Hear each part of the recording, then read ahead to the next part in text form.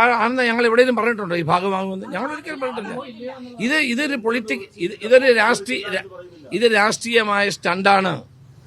ഈ തെരഞ്ഞെടുപ്പ് മുന്നിൽ കണ്ടുകൊണ്ടുള്ള അത് പ്രതിപക്ഷ നേതാവ് വളരെ വ്യക്തമായി പറഞ്ഞല്ലോ. നിങ്ങൾ നിങ്ങളുടെ മുമ്പിൽ തന്നെ പറഞ്ഞ കാര്യമല്ലേ? ഞങ്ങൾ പറയുന്നത് ഇത് നടത്തുന്നവരുടെ ഉദ്ദേശശുദ്ധിയാണ്. പങ്കെടുക്കുമെന്ന് ആരെങ്കിലും പറഞ്ഞു? ഇവിടെ ആരും പറഞ്ഞില്ലല്ലോ. അപ്പൊ ഞങ്ങൾ പറഞ്ഞ എന്താണ്? ഞങ്ങൾ 3-4 കാര്യങ്ങൾ ഉന്നയിക്കുകയാണ്. ആ ഉന്നയിക്കുന്ന കാര്യങ്ങളിൽ ഗവൺമെന്റ് മറുപടി പറയണം. രാഹുൽ മാങ്കൂട്ടത്തിനെതിരെ എഫ്ഐആർ രജിസ്റ്റർ ചെയ്തിട്ടുണ്ട്. ആ വിഷയത്തിൽ ഇപ്പോൾ കോൺഗ്രസ് നേതാക്കൾ പറയുന്നത് അദ്ദേഹം നിയമസഭയിൽ പങ്കെടുക്കട്ടെ, അതൊരു സ്വാഭാവിക നടപടിയെന്നാണ് അവർ കണ്ടു തുടങ്ങിയിട്ടുണ്ട്. അത് അങ്ങനെയാണോ അന്ന് കാണുന്നത്? അല്ല, അതല്ല, പാർട്ടി ഒരു തീരുമാനം ആ കാര്യത്തിൽ എടുത്തിട്ടുണ്ട്. ആ തീരുമാനം ഇപ്പം നിലനിൽക്കുന്നുണ്ട്. അതിനെപ്പറ്റി കൂടുതൽ വിവരങ്ങൾ പറയേണ്ട ഒരു ആവശ്യമില്ല. ഞങ്ങൾ അത്തരത്തിലുള്ള നിലപാട് പാർട്ടി KPCC പ്രസിഡന്റ്